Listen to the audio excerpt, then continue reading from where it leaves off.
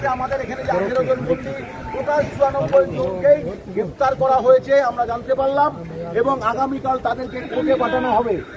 আমরা এইটুকু বলতে চাই, আমি ইন্ডিয়ান সেকুলার ফ্রন্টের রাজ্যের সহসভাপতি আপনাদের সমস্ত কর্মীদের উদ্দেশ্যে বার্তা দিচ্ছি, আগামীকাল আপনারা ব্যাংশাল কোর্টে ব্যাপক আকারে শান্তিপূর্ণভাবে জমায়েত হবেন, আর এলাকায় এলাকায় শান্তিপূর্ণ প্রতিবাদ মিছিল করুন। যতক্ষণ পর্যন্ত আমরা গভীর চক্রান্ত উপলব্ধি করছি, আমার ধারণা নওশাদ সিদ্দিকীকে যেভাবে 42 দিন জেল কাটানো হয়েছিল, আরেকটা গভীর চক্রান্ত হচ্ছে নরেন্দ্র মোদী অমিত শাহের বার্তা দেওয়ার জন্য।